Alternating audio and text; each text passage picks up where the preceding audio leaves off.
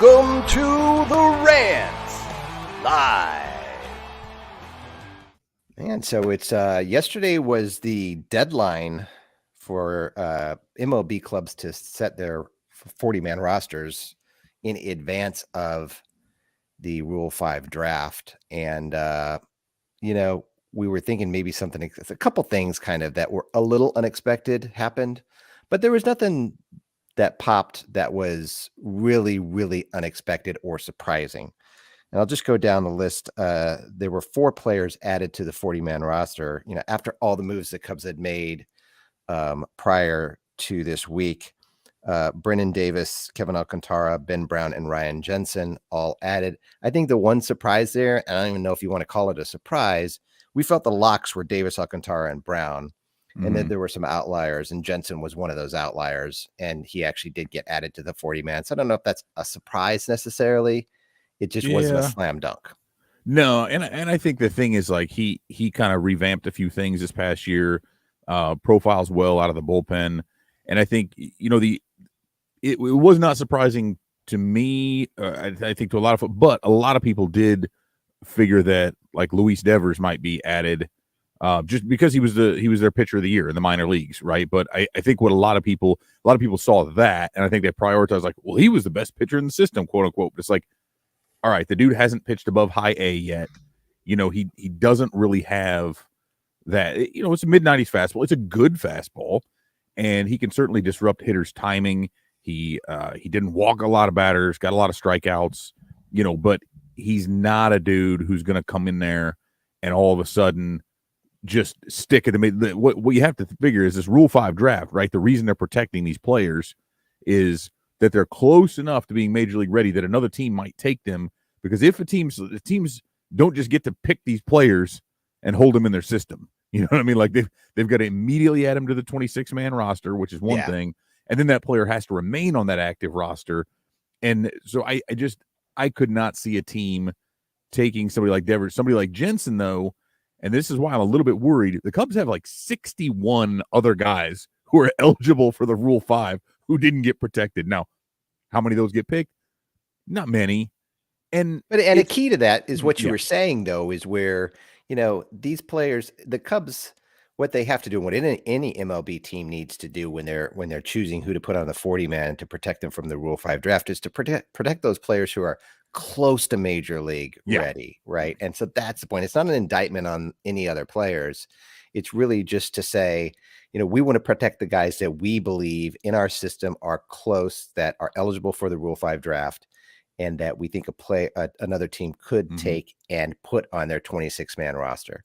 Right. And keep them there, right? Because, and one guy, interestingly enough, somebody who I think is very much in danger of losing a roster spot is Michael Rucker, who was actually selected by Baltimore in December of 2019 in the Rule 5 draft, but didn't make their roster break in camp, and was returned to the Cubs in March of 2020, right before the world went to hell. And so, there is precedent for that, right, that they could take him. And that's where I think, you have to look at it a couple different ways. It's very difficult. And that's why Ben Brown was added, because he's a starter who's got all kinds of stuff. And the Cubs just made the trade for him, right? Like, they just picked him up recently. The last thing they want to do is watch him essentially go away for nothing, for $100,000, right? That's nothing. And so if you think about it, right, if there's a guy somebody's going to take a flyer on, say maybe they don't have much experience, it's much more likely to be a reliever, right? Somebody who can come in there, because that stuff is going to play. And that's why I'm a little bit worried of the guys that are out there. Cole Franklin, I think he was unprotected. I think there's a distinct possibility that he could be picked off. Danis Correa is another one, because he was already pitching at Correa was pitching at AAA, has 100-mile-an-hour fastball, wicked slider, solid curveball. And that is a guy who, again, another team could take if they say, hey, we need somebody with some swing. Did he have some issues? Did he put up kind of a high ERA at AAA? Yes. But he profiles as someone who could make it up there. Would a team looking for some depth, infield, outfield type? We're looking at Darius Hill had a really good season at AAA. Chase Strumpf is another guy who could possibly give teams some innings. And so there are some guys the Cubs have there, and I think what's difficult here, and where people really need to think about this, like they look and say, "Oh, no big deal. The Cubs don't need those." It's not that the Cubs would have used those guys this coming year as everyday players, or even regular bench type players, but the strength of the system right now is not in its high end talent; it's in depth. Just that mid tier depth, and depleting that, especially if that happens on the pitching side, just makes things that much more difficult, right? To make sure you've got the right guys in the right places, and that, hey, if something works out the right way, if this guy really develops, he could get called up. So I think that's where it comes down to. Plus, as you noted, the guys the Cubs added, that was great. And they got, they made a trade. We talk about that.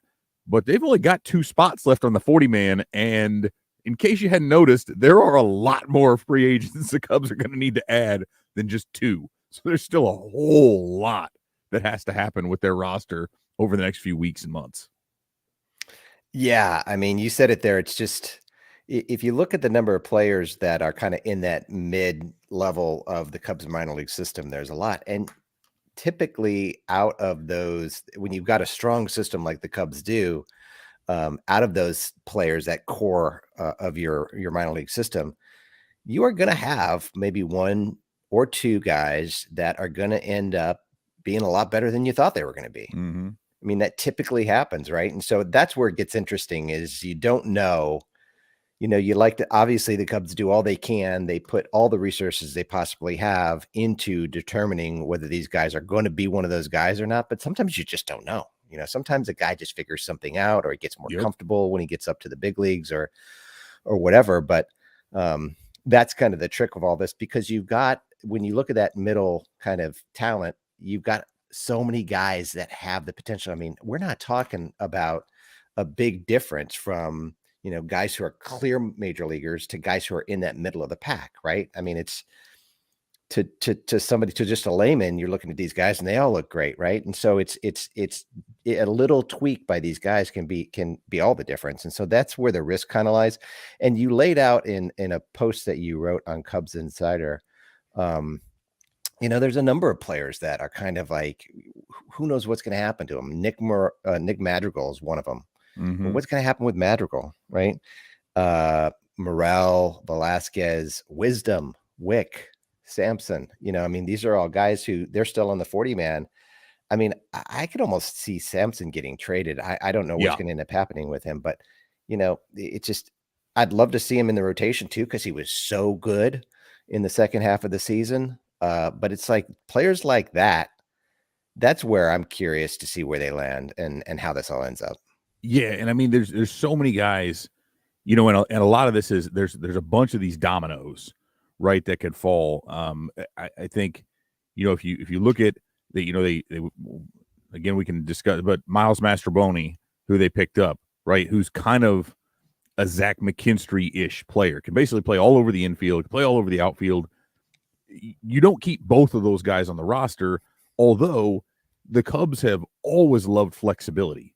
And both of those guys have a hell of a lot more positional flexibility than Nick Madrigal, whose only real carrying trait is his hit tool. The defense over at second base left a lot to be desired. If they go and get a shortstop, Madrigal's done. Like, where's he going to play? Because Nico Horner goes over. Will they non-tender him, or will they try to trade him? I mean, obviously I think they would try to trade him because he's making so little money that, like, there's nothing to be gained from non-tendering him. And I think the hit tool is enough that another team would maybe. I don't think he by himself would really. But think about maybe a team that wants a little bit more power, but also balance. Could a combination of Patrick Wisdom and Nick Madrigal be attractive to another team, or Nick Madrigal and Nelson Velasquez, right? Because I think, again, Velasquez is a guy who's going to get pushed out by the outfield squeeze. Because if you look at, if the Cubs add a center fielder, again, that just cuts down on his, he can platoon a little bit in some of those spots, but he's not going to have regular playing time. And when you look at PCO and Casey and some PCA and Casey and some of these other guys, Nelly just doesn't have, I just don't know where he fits, right? And so I think the value is there. Canario, I thought would have been on his way out via trade, or was very likely to be, if he had not been injured. Now he has been, who knows? But but I think what you mentioned there was Samson. I think that's the guy who depending on what happens, and again, I wrote about this earlier, so I don't want to follow this rabbit trail too far. But let's say if, right, a team like the Giants signs Aaron Judge, and all of a sudden Mike Yastrzemski is expendable, and they're looking to move him. I wonder if the Cubs could flip something like that, because now you've picked up a center fielder on a relatively cheap rate, a little bit more. I think the floor is definitely, the ceiling's not as high as Bellinger. The floor is significantly higher, I think, than either Bellinger or Kiermaier. The only difficult part there is that you don't really want a guy under contract for that much longer, but he could slide over to left if Ian Happ's gone, and that's something that maybe you trade Samson in a move like that, right? Because if you sign another, this is all predicated on all these other things. So they need to sign a starting pitcher, they need a center fielder, they need that shortstop. If those things happen, all of a sudden it opens up tons of different opportunities to start moving some of these other players to acquire depth, whether it's for the system or just as backup players on the roster who fill a role versus kind of being an everyday player. Yeah, Nelson Velasquez is one of those players that scares me. He's one of those players that you could see getting released and just going on and being an MVP for like some AL team, or hopefully an AL team and not an NL team. It's just he's got the tools. He's a little older though, but that maybe that helps him at the end of the day. I mean, and Mastrobuoni is actually a little older too. What is he? 26 years old, I think. Yeah, it'll be 20. I think maybe 26. It'll be his 27th season. Yeah. And so he's a little older, but he's got a decent on base percentage. So you could, he's a guy that, I'll be surprised if he doesn't end up on the bench for the Cubs at some point in the season. I don't know if he's going to be, if he's an everyday starter, things have gone really bad. That's a problem. Kind of like the McKinstry thing though. I mean, McKinstry got, and true. He got every opportunity too. And that's why I wonder. He did. But do the Cubs try to sneak Mastrobuoni through waivers? Right? Do they put him on waivers, hope that he clears? They can assign him to the minors, because I think McKinstry doesn't have options left. I think Madrigal still does. So I mean, there are some things they could do there, but like, what does any of those guys move the needle? And that's where I look at though. I think of it this way: if they go Correa, Bogarts, whatever, if they land a shortstop, Nico Horner goes over to second base, then I look at your Mastrobuoni, your McKinstry, one or the other now becomes that guy, maybe Wisdom, Morel at third, whatever, but becomes that player who can now sub in at second, short, third, center, left, and you go out and get another main center fielder. You keep one of those two M's, or I guess three, because Madrigal is also M, but Madrigal now, okay, hey, we got these three guys that play second base, but two of them also can play three or four other positions, and there's a little bit more value that's provided there. I think it just comes down to, though, and we see this a lot, though, they pick the guy up, he was already on the Rays 40-man roster, so the Cubs have to have him on their own. I would be kind of surprised if Mastrobuoni is not put on waivers, but do you worry that another team will pick him up, and then you're like, oh, now we traded this guy, but if you do lose him, we still we got McKinstry, so we got it's like, I mean, it doesn't seem like he's the type of guy that would get picked up. I mean, the Cubs have snuck, much better players through waivers than this guy. So, with everything that's going on, when can they do that? Do they have to wait for spring training, or is that something can happen? No, they should be able to make those. They just can't add. They can't select any more contracts to add to the 40-man roster for now. They can add them via trade and free agency, but they can't select anybody from their own. That's why the deadline there, because somebody was saying, they'll still find a way to get Devers on there. Like, no, they won't. They can't, so unless they extend him. If they sign him to an extension and do something, but they can't select any more contracts from their own. If somebody's already on a 40-man roster and they trade for them, they sign a free agent, they get added. So they can do those. They can DFA guys though. Yeah, they could DFA guys. They could trade guys away. They can make moves to adjust the 40-man roster. They just can't protect anyone else from the Rule 5 draft at this point, up until obviously after the draft happens. And that's that's another point too. And I don't know, nobody's asked about it here, but I'm sure some may continue to, they're like, well, what about Mervis? What about Mervis? Well, again, not eligible for the Rule 5 draft. So they don't need to add him, but that is another guy who's going to have to be added in order to be able to call him up, which is going to happen. I have no doubt about that. And so there's just a lot of moves. And I could see them again trying to bundle a few of those guys. But here's the difficult part too. If you're trading a player who's on your 40-man to another team, that team has to have spots for that player as well. So, all these teams are in this. That's why the Rays made like 3 trades yesterday with guys off their 40-man to clear some space. And so the Cubs could make those. Maybe it's a 1-to-1 move, but, they're probably not, unless they're giving somebody some money, which would be the smart thing to do. They do have some money to burn. Maybe they throw in cash considerations along with that to some different teams that would be willing to then take on a player, even if it's, again, same deal. They got to try to pass them through waivers and see what they can make work. But there's a lot. But you do make a good point about placing someone on waivers now, because is a team going to be willing to pick that guy up and add him to the roster, knowing, hey, we've still got a whole lot to figure out with the non-tender deadline. We got to, are we going to try to add any of those players to it? We still got to sign guys. So there's a lot. And that non-tender deadline is coming up real soon. So, there's all kinds of action. The non-tender deadline is this Friday, so it's like, the World Series ends and then so much happens within such a short period of time. There's like a 2-week window here. And I think once this non-tender deadline comes and goes, we're going to have a lot more clarity on things. I mean, there's still going to be a lot, all the players that we referenced and more players that are kind of clogging up the 40-man, so to speak. And that's going to have to be figured out. But with the non-tender, I mean, the biggest piece for the Cubs is Cody Bellinger. I think, the Cubs aren't going to non-tender anybody. I don't believe. You never know. Oh yeah. I guess they've already, they would have, but they've already cut some of those guys loose. Most of them. So it's like, because Franmil Reyes would have been non-tendered, but he already got outrighted. And I think Steven Brault, there were a couple others that were on that list that I do kind of, I think out of, what do they have, 10 tender candidates, arbitration candidates, and I figured like 6 of them would be non-tendered. But Mills was another one, right? Like most of the guys who were on that non-tender list have already been let go.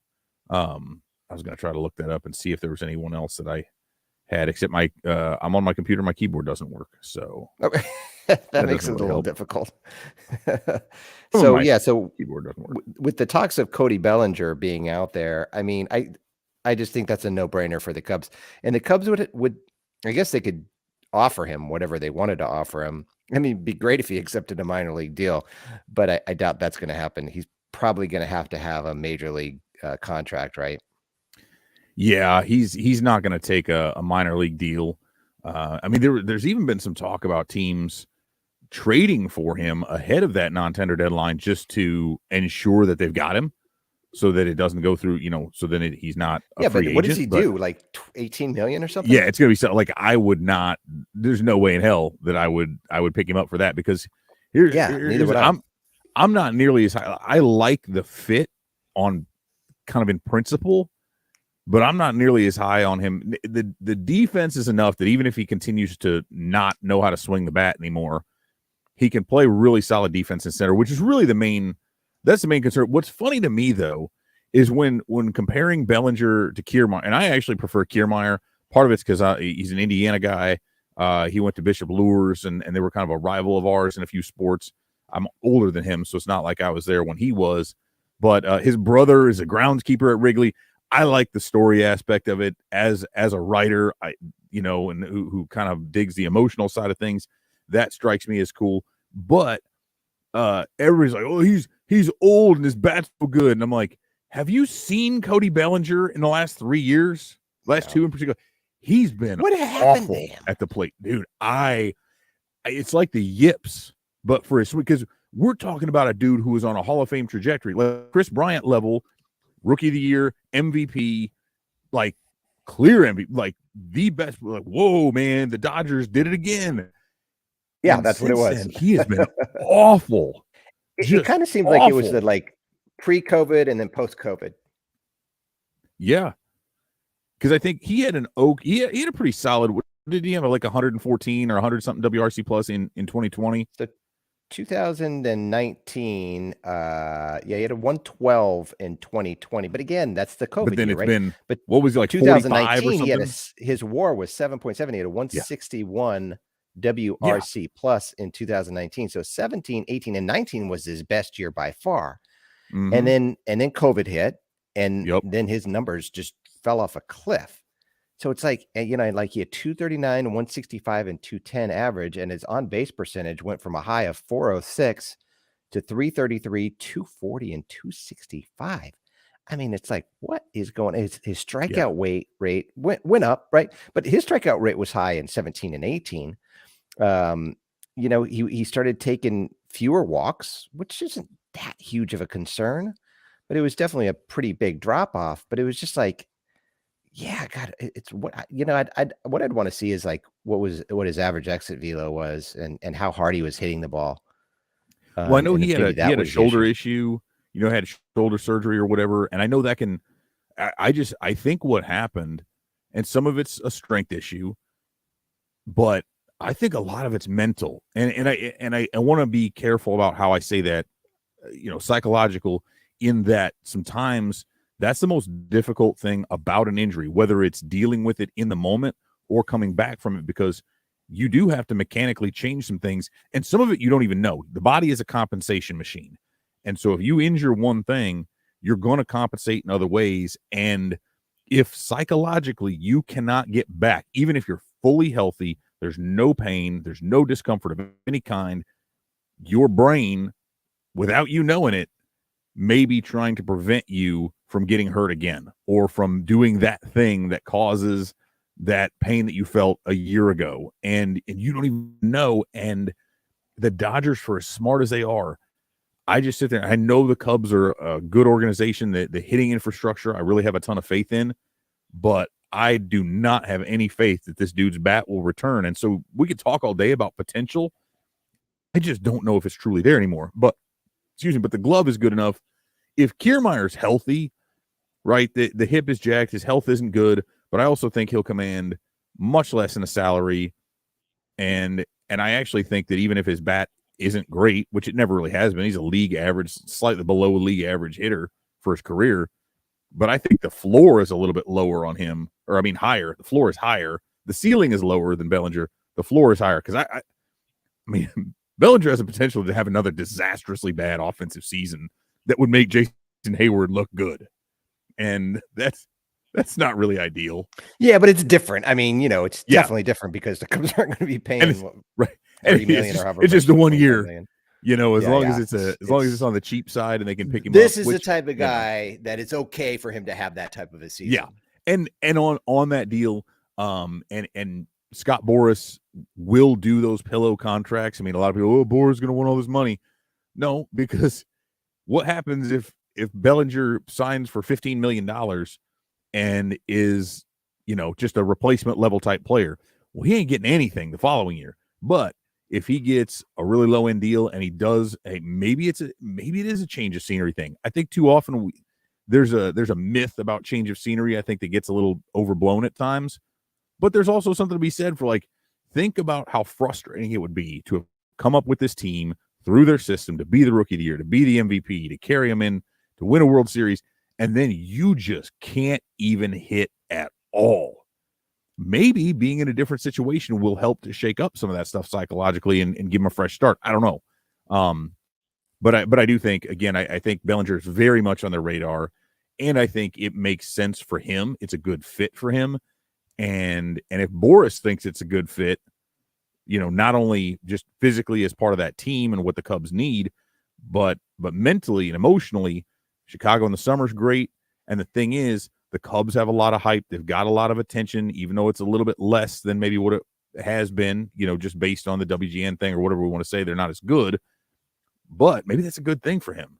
Maybe building it back up and getting some of the vibe would be good. And it gives him good exposure, versus going to like the Marlins or something where, people will forget who the hell you were if you spent a season there. So.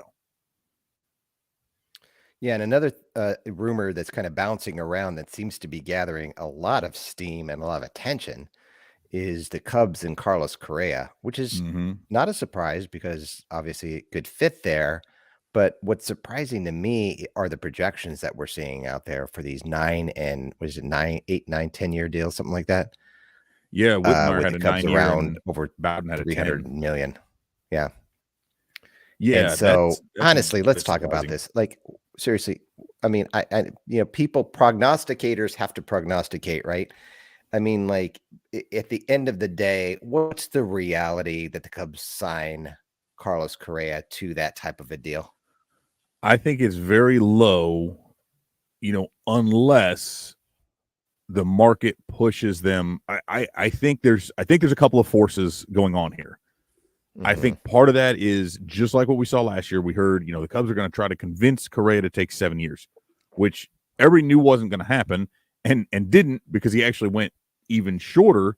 But that was, we can kind of circle back to that, right? And he ended up opting out after years, a 3-year deal with the Twins that had the opt outs in there, so he could hit the market again.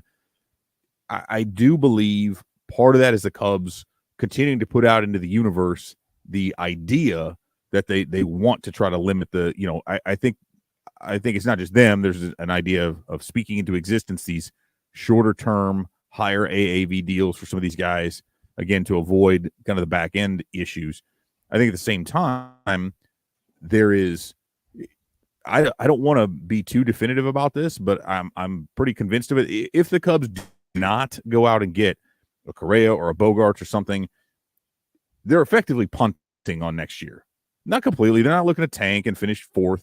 But if you don't go out and add one of those, because there are no outfield bats out there outside of Judge, right? Nimmo, we could talk about. A lot of people are really high on Brandon Nimmo. I think that's another one where it's like, you're going to go spend $125 million and get a good, good to very good, above average center fielder for sure. But really, Judge, I think that contract's going to age very poorly if he gets 8 or 9 or 10 years. I just don't think it's going to look good at all. But the Cubs need to add a premier bat if they want to be successful. And I do think that could push them past their comfort level. At the same time, I still look at it, and unless I still think all those signs point to Bogaerts, I just think Bogaerts is a much clearer target based on what the Cubs have said if they don't really want to push past 5 or 6 years, because I think they could load something up on him. But before I do think Whitmire made a really good point, which is that if they were able to go to Correa and say, well, what if it's 9 years, 290, which is huge, right? But you add that 290 to the 35.1 he got with the Twins, and where do you get 325.1 million over a 10-year span? What did Corey Seager get last year? 325 flat over 10 years. So now you've got Correa exceeding what Corey Seager got by $100,000, but those numbers matter to these guys. So I could see that. I do not see them doing the 10, 327. But I think that's completely out of line for what they would do. But it's still a big stretch for me to see them go to 9. I think they'd rather do like that. I think they'd rather do that same amount, to be honest, over 7 years. You know what I mean? And or a little bit less, and just really just crank the AAV. Because it feels to me, yeah, of course, but it feels to me like this. The rumors around the Cubs, they're coming in hot and heavy around Korea. Just feels to me like it's just a trying to pump the market, trying to lubricate the market, so to speak, and get somebody to buy it on Korea, because they're like, oh my God, if we don't get him, the Cubs are going to get him. And they see the number and they know they need to come in higher. That it just feels like a red herring to me. And so I don't know if I highly doubt the Cubs are going to sign Carlos Correa. Watch, they sign him tomorrow. But I highly doubt that's going to happen. But I think what they want to do is they want to kickstart the shortstop market. And I think they want to get that market going and set the bar, so to speak. And they'd love to do that with Correa, who I think is on paper should get the biggest contract out of the free agent shortstops that are out there right now. I don't think what they want to do is have Dansby Swanson or Xander Bogaerts be one of the first shortstops to sign. They'd much rather, if you could script it, I think that you'd much rather have Correa go first, right? Yeah, I think so. And how's this? Maybe let's get mildly conspiratorial here. Okay. Because I had noted in the piece where I said, man, all this evidence is really pointing toward Bogaerts. And some of that came down to at the GM meetings, right? We heard from Scott Boras. He was very complimentary about where the Cubs are in their strategy. He believes they want to spend all that stuff. Guess who he represents? Well, he's got both Correa and Bogaerts. So how much would it behoove him, right? If the Cubs are in this and that gets inflated and Correa's market continues to get bigger, and then they go over here and somebody gives Correa a ton of money, and then the Cubs come in on the backside and they're able to inflate something for Bogarts 5 to 6 years, get his AAV higher than the market otherwise would have called for. Yeah. Now all of a sudden Boris wins both ways. And so what I'm saying is the conspiracy, as just kind of following what you were saying, it's entirely possible that that's not the Cubs themselves necessarily, but that they're being leveraged, or they're helping to leverage, whether of their own volition or not, the high end of that market, so they can kind of sneak in on that backside and get somebody at a lower. Because I think the Swanson, if he gets a big deal like that, I don't think that's going to age well. My other issue with him is he's a very nice player. He's really good, but his track record is not nearly as consistent as any of the other three. He's coming off of a career year, and I feel like that's a dude.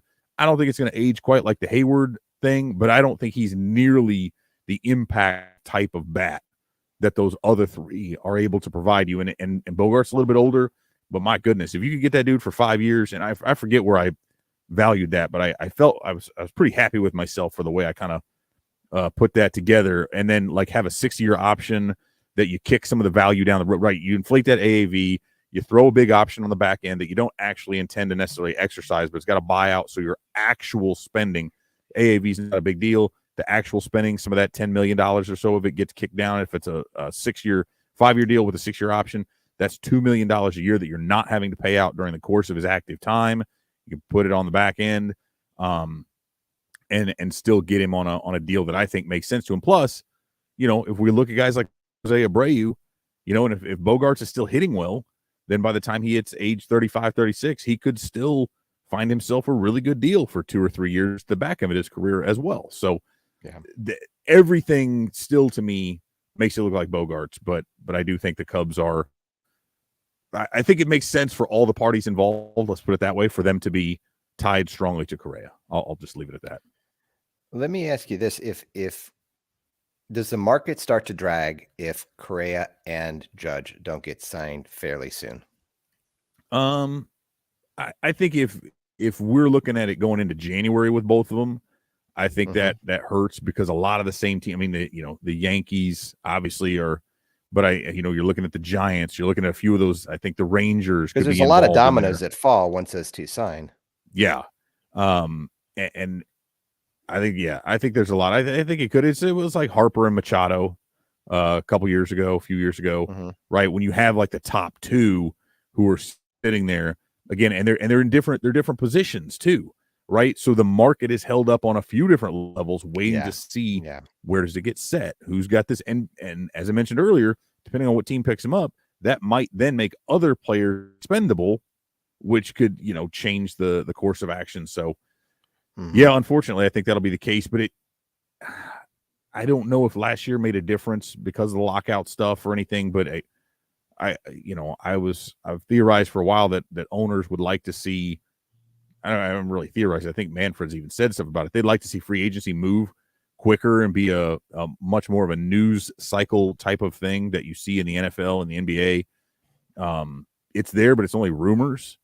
So if the big deals kind of start good popping, for us. Yeah, it's great for us because it gets drawn out. Like, I'll take it all day. I want the season to last as long as possible.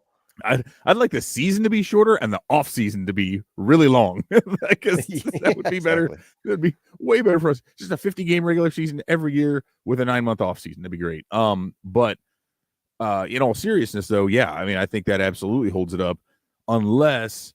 And here's the thing, because Trey Turner is like the 1B to Correa's 1A, and so I think one or the other of them moving could see the other then go, and whether they try to top it or whether it's like, yep, that's at the market. I just don't see, and then Turner aging as well as Correa, though. It's just he relies too much on his speed, and that's such a big part of kind of his package, so to speak. I mean, he has shown some power, but it's not the same. I don't like Turner at all on a long-term deal.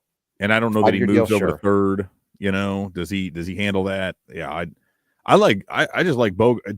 Here's my thing. I think Correa is the best fit. I've said this like as a player on paper, and I know the Cubs have loved him, right? His pre-draft workout there at Wrigley like 10 years ago when they were just really, really into him.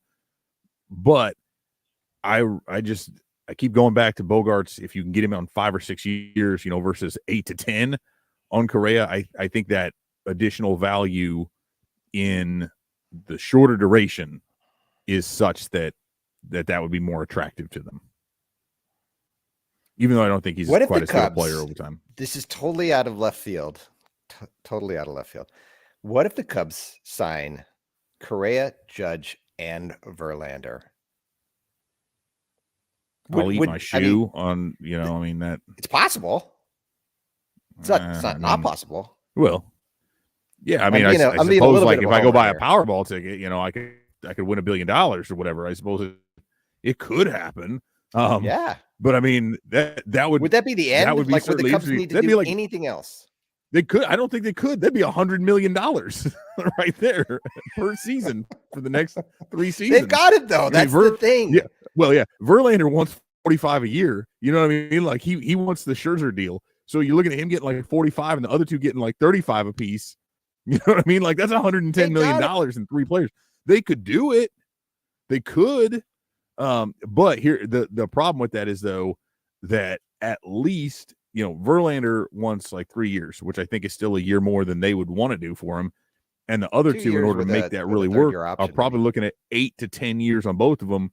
I think the issue there is not so much the $110 million a year. The issue is the $70 million that you're paying the other two for when they're 36 through 40 or whatever it's going to be. I think that's a good 5 years in Wrigleyville though. Yeah, I mean, hey, that would be wild. If you think about the prospects that the Cubs have coming up through the system, and then they could build around those two guys. I mean, it's hard to see not being in the playoffs every year. Right. I mean, and then you can make things, and that's also where it comes down to though, and that's where I get a little bit. I don't like somebody, and I understand that when Hoyer and Hawkins talk about flexibility down the road, I'm like, you can't be looking at 6 or 7 years down the road and be like, well, we got to make sure our moves now aren't hurting us in 2030. Like, I don't know, man, go out and win some freaking World Series titles and get into the postseason and make that stuff work. You can worry about that stuff later if that's what has to happen. The issue wasn't the money. They keep going back to the issue, money. The issue was you were doing a shitty job of putting role players around your primary stars. That was the problem. Now, yes, had payrolls decreased? Were there some poor decisions that got made in there? Absolutely. But yeah, if you can go out and capitalize and turn this team into a winner as quickly as possible, and do so and maybe stagger some of those deals, I'm all for it. It's more likely that we see, Bogarts, Senga, Bellinger, and then maybe Abreu, although, man, I think it's kind of rough, dude, because Houston had reportedly prioritized Anthony Rizzo for their first base hole. Well, he stays with New York, and I think got more money probably because Houston was prioritizing him. Well, now Houston may go after. My light went off, so a little dark if you're watching, and I got dark all of a sudden. But now Houston might turn to Jose Abreu, and if I'm Jose Abreu, as much as I'd like to stay in Chicago, if I got a shot at joining the World Series champs for a bunch of money, well. Yeah. yeah. That'll be interesting to see how it plays out. Well, we should have more clarity within the next week. Hopefully. I mean, we keep saying that like every week. We'll have more clarity, but it's good to see these things falling into place because during the season and all the moves that they were making and the DFAs they were doing and just it was hard to see where the end was going to be, although we all knew where it should be. And I think it's playing out relatively close to what we all kind of thought it would eventually. It's just taken a while to get there. But the biggest thing that needs to happen right now is just what free agents do the Cubs sign? Mm-hmm. Are they going to sign the guys? And where you talk about Bogarts and Senga, those are nice pieces to have. But it's like they're not the Chris Bryant, Anthony Rizzo, Javier Baez kind of pieces. I mean, I guess you could argue Xander Bogaerts maybe is, but you know what I'm saying? I mean, and that's where I mention the Correa, the Judge, the Verlander is because that core there would, to me, be similar to the core the Cubs had in 2016, 17, 18, that didn't end up working out. But it seems like if they don't do something like that that makes them obvious contenders, then yeah, they'll still be contenders, but there's still a lot of questions. And then at that point, they're relying, I think, more on their prospects to come up and show in the majors, which, as we've seen, is a risk. I mean, we've seen the injuries happening to Howard, and to who else got injured? Canario, Davis. Yeah, Canario. Yeah. Well, Davis is better though, but Canario. Well, And we so, hope. yeah, but you see risks like this abound, right? Yeah. And so that's where, to me, it feels like a better play to go out and get that, just go nuts and do it while you can. And then, yeah, if these guys turn out to be, great big league players, or they come up to the majors and at least start to become great players, then you can always trade them. And that's something that's an approach the Cubs didn't take back in 2016, 17. I mean, they signed John Lester and they signed Jason Hayward. Lester worked out, Hayward didn't, but essentially most of their big guys were from their system. And then they just didn't have anything to supplement those guys, because then what they tried to do is they tried to trade the guys that they did have in the system for other guys that they tried to supplement. Well, I think it's a better idea. I think hopefully this is coming across. I think it's a better idea to get the big name guys from the outside, supplement from the inside, and continue to supplement from the inside. It's a little bit of a different approach than they took in 16. Well, and again, the thing with that team that was so loaded with the talent from within was that their system was very, very top heavy. They were highly rated, but it was because they had so many guys who were very, very good, who all came up very quickly through the system and immediately became everyday players at the major league level who were impact players. This, I think they do have a couple of potential impact players, but overall, there's just a ton more depth in the system. And I think that's where people look at it the wrong way, is they say, well, they're not all these impact. Right, but they don't need that, because as you said, if you go out and you find those impact players, maybe you get one or two from within as well, but you get those, and then you can supplement them, and you can continue to supplement them from within, because those players are going to keep coming up. The Cubs basically were like, okay, we're going to promote all these dudes in 2015. Ian Happ, you'll come a couple years later. Outside of that, nothing. Like we're the ones they had, promote. They traded. Yeah, and there, right, Dylan so there was nothing of any impact coming up through the system other than Happ. And again, that still took him a while because they rushed him up there because of some of those injuries and things. He ended up sticking. I think that actually hurt his development, and he's finally now getting back to more consistent. But after 2015, it was like Happ, and that's it. Right now, we're starting to see it again, but it took another 4 or 5 years for that to really start happening. Again, I don't think they're going to sit here and churn out top level, MVP caliber, rookie of the year caliber players every year. Yeah. But they're going to have a lot of those guys that can come up and play a role in the big leagues. And that's what they lacked for so long. And to me, it's just a lot easier to pay money for players than it is to pay prospects for players. Yeah, because for it's such a high risk. It changes the entire organizational depth. It changes the entire dynamic of your organization when you start trading potentially high impact prospects. And why do it when you've got the money to go do it? Just spend the money and keep the prospects. And I think the value of prospects these days is insane. I mean, the value of drafts is the way that owners value draft picks these days is very high. And so that's why I'd love to see the ability to be able to trade draft picks. But that's not happening right now, but maybe someday in the future. Yeah, hopefully, because it makes a lot of sense. I mean, it's just weird that they don't have that availability right now. Like, they can't.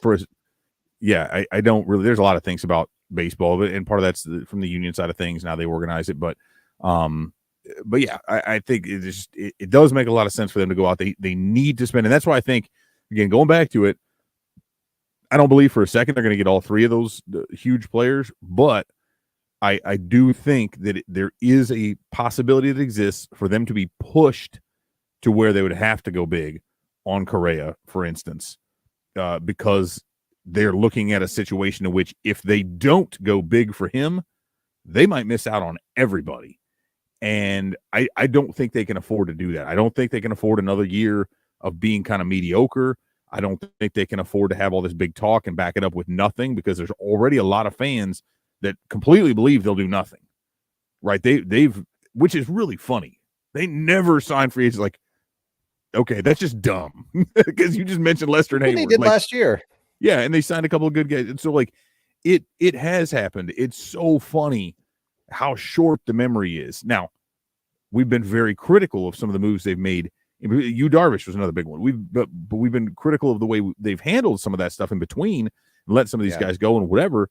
But, you know, let's not write revisionist history in which the Cubs never spend on free agents, because that's simply false.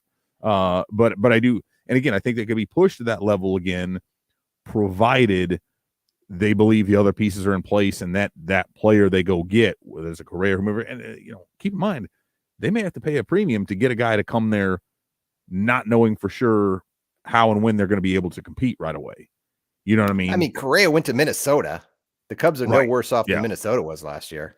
Right. I mean, and they can, and I think the Cubs are in a very, very different position from what they were themselves, you know, last year when they try to make some of these moves. I don't think there'll be a problem to land one of those guys, but that's what it comes down to as well, is do you convince someone, you know, to spend only 5 years there if they think they can get more somewhere else? Money talks, certainly. But I think they come away with one of these guys, because if they don't, like that, it's a massive failure. I'll go ahead and put it that way. If they do not walk away with at least one top line free agent, massive failure for the offseason. Just absolutely poor, mismanaged strategy all the way around if they don't make that work. I agree. Next week coming up, exciting stuff. Matt Mervis is going to join us here on the show. That's going to be next Wednesday. And the show is going to be at 10:30 Central, 11:30 East Coast, 10:30 Central. That would be 8:30 Pacific. So that should be an exciting show. And so make sure you join us for that. We'll remind you that's going to come up, but that should be a really cool show to have them on. And are you planning on doing something where we ask people to send in questions? Yeah, I might. Maybe I won't even. Maybe we just put it out on social media or something like that, rather than just in a post. I think people might be more willing to. We probably get a few more questions that way, make it a little bit easier, and then we can maybe select a few of them to go through and incorporate. I'm still kind of working on putting some stuff together. I got to figure out some questions. I'll send those over to you as well, so we can kind of prep him ahead of time and just let him know kind of what. So I think we'll get about 20 to 30 minutes with him or so. I want to be respectful of his time. I know he just switched agencies as well, but it's been a crazy busy season for that dude. And so I'm just happy he's able to take any time out at all with everything that's going on. But I know he's the day before Thanksgiving. Spending some time at home with his family, I think, before he gets. What's funny is, for a dude like that, right? Came out of, you know, he played his full regular season, then he did the AFL, and then he gets like 2 weeks off, and then basically is like, all right, back to training. You know what I mean? And getting ready. So yeah, really excited to kind of get a chance to talk to him. I just got a deposit from Obvious Shirts for the t-shirt sales that we're doing together. Nice. So yeah, it's cool to see the legend grow. Be fun to have him on the show. Looking forward to that. Yeah, a fireside holiday chat with go. Matt Mervis. Be sure to join us for that. Good. Until then, everyone, have yourselves a good rest of the week and a great weekend. We're out of here. Bye.